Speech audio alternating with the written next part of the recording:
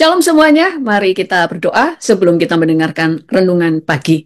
Terima kasih untuk kebaikan-Mu Tuhan, sehingga hari ini kami boleh bangun dan boleh mendengarkan firman-Mu kembali. Karena setiap hari kami selalu lapar dan haus akan firman Tuhan. Karena firman-Mu yang bisa memuaskan hati, menguatkan roh kami, dan membuat iman kami bertumbuh. Terima kasih Tuhan, dan kami siap untuk mendengar. Dalam nama Tuhan Yesus, haleluya. Amin. Sebagai orang percaya, ada banyak orang yang selalu bertanya bagaimana cara saya menyenangkan hati Tuhan. Dan hal-hal apa yang tidak berkenan kepada Tuhan. Orang-orang yang bertanya demikian adalah orang-orang yang hatinya itu mencintai Tuhan, sehingga dia ingin tahu hal-hal yang tidak disukai Tuhan dan apa yang bisa menyenangkan Tuhan.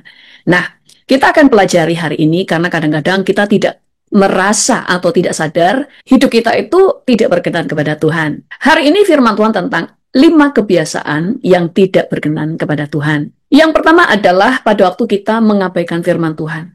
Firman itu adalah perkataan Tuhan sendiri. Sekalipun Tuhan tidak berbicara secara audible, tetapi firman yang kita baca di dari Alkitab adalah perkataan Tuhan. Mengabaikan firman Tuhan adalah hal yang tercepat membuat Tuhan itu tidak berkenan. Kenapa? Karena Tuhan itu memberi kita itu hikmat lewat firman. Lewat firmanlah kita bisa mengenal kesukaan Tuhan, kita mengenal hati Tuhan. Dari firman Tuhanlah Tuhan banyak berbicara. Tetapi seringkali kita tanpa sadar atau bahkan sengaja mengabaikan firman Tuhan. Contohnya kalau Alkitab berkata bertobatlah, kita pura-pura nggak tahu, kita pura-pura tidak mendengar. Pada waktu Alkitab berkata bahwa kalau kamu tahu berbuat baik, tetapi kamu tidak melakukannya, maka itu adalah dosa. Yang artinya, kamu itu sudah tahu. Waktu ada orang yang butuh pertolongan di depan matamu, di depanmu, kamu bisa menolong, dan kamu tahu bahwa kamu harus bisa berbuat baik, dan kamu harus menjadi berkat. Tapi kamu tidak mau melakukan, bahkan sengaja mengabaikan, tidak mau menolong orang di depan kamu. Artinya kamu mengabaikan firman Tuhan. Padahal firman Tuhan itu membuat kita bisa sepaham dengan Tuhan. Kita ini dijadikan anak Tuhan, dan Tuhan mau kita diubah memiliki karakter yang sama, cara pikir dan budaya yang sama dengan Bapak kita. Jadi kita harus sama karakter kita, cara pikir kita, budaya kita, nilai-nilai yang kita bawa sama dengan Tuhan Yesus. Jadi jangan pernah mengabaikan firman Tuhan. Mengabaikan firman Tuhan itu seperti kita menutup telinga pada waktu Bapak kita berbicara. Bapak kita adalah Tuhan Yesus. Dengan mengabaikan firman Tuhan, kita akan mudah jatuh dosa, kita cepat khawatir, kita cepat takut, kita tidak bisa melihat perkara-perkara ilahi, kita tidak bisa mengetahui kehendak Tuhan pada waktu kita mengabaikan firman-Nya. Yang kedua, kebiasaan yang tidak berkenan kepada Tuhan atau bahkan membuat Tuhan itu marah. Yang kedua adalah memperlakukan dosa seakan-akan ini hal yang biasa. Memperlakukan dosa seperti itu bukan dosa. Bahkan kita membenarkan dosa dan setuju dengan dosa. Dunia ini menormalkan segala sesuatu. Dunia berusaha membuat dosa menjadi normal.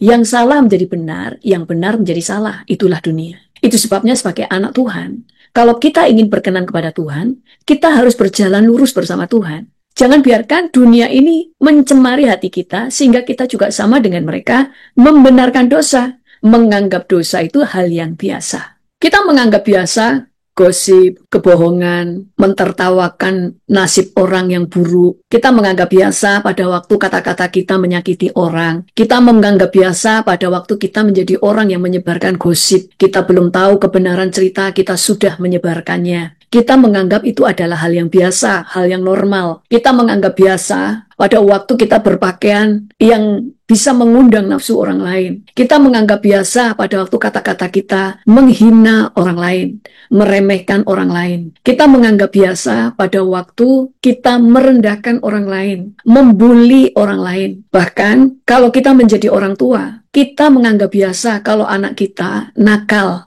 kalau anak kita menyakiti temannya, kalau anak kita membuli temannya, dan kita menganggap namanya juga anak-anak. Semuanya itu adalah dosa. Semuanya itu tidak berkenan kepada Tuhan. Dan ini bukan hal yang biasa, bukan hal yang sepele. Karena Alkitab berkata upah dosa adalah maut. Semua yang kita tabur pasti kita tuai. Kalau kita mau menjadi orang yang berkenan kepada Tuhan, prinsipnya adalah menjadi berkat. Jangan menjadi kutuk bagi orang lain.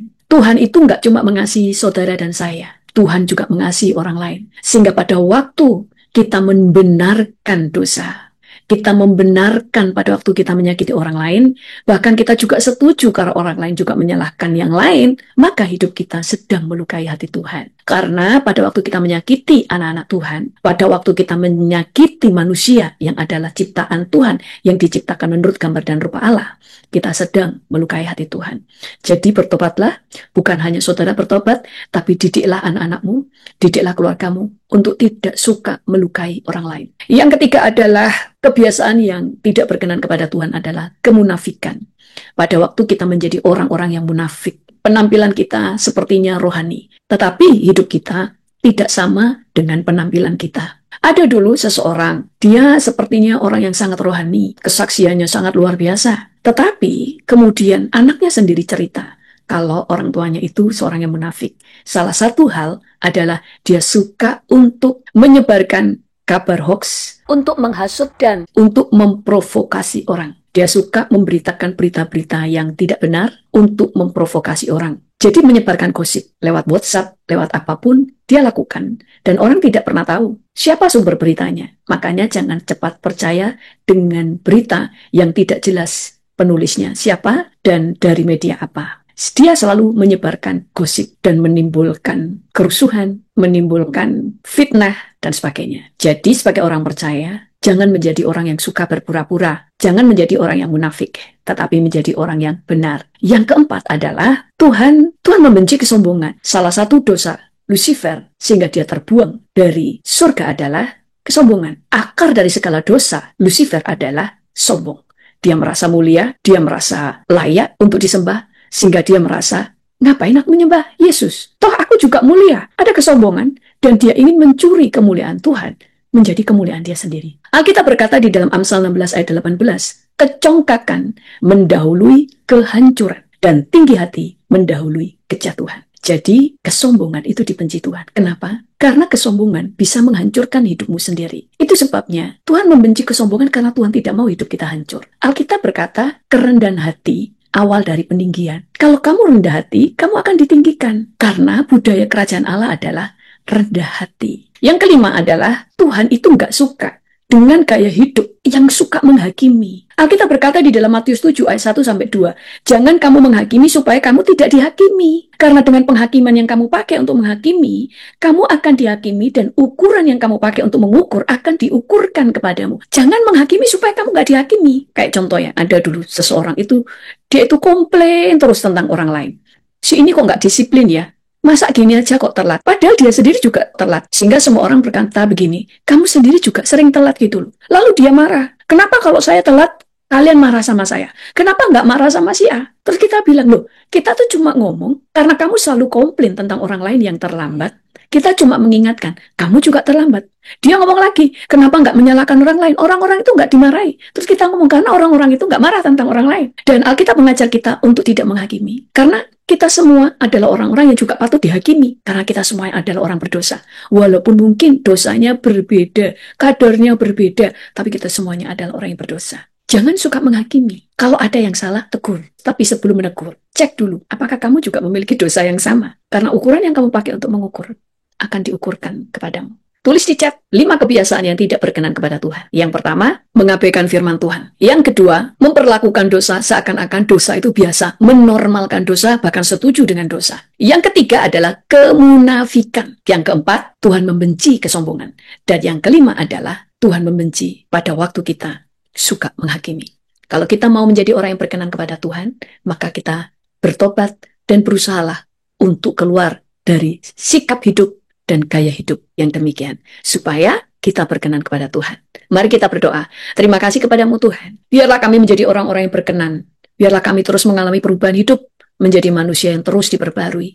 Sehingga kami menjadi orang-orang yang tidak mengabaikan firman, tidak kompromi dengan dosa, dan tidak membenarkan dosa. Biarlah hidup kami tidak penuh dengan kemunafikan, Biarlah hidup kami terus diperbarui sehingga kami tidak menjadi orang yang sombong, tetapi rendah hati. Dan biarlah kami, Tuhan Yesus, dijauhkan dari sifat yang suka menghakimi orang lain.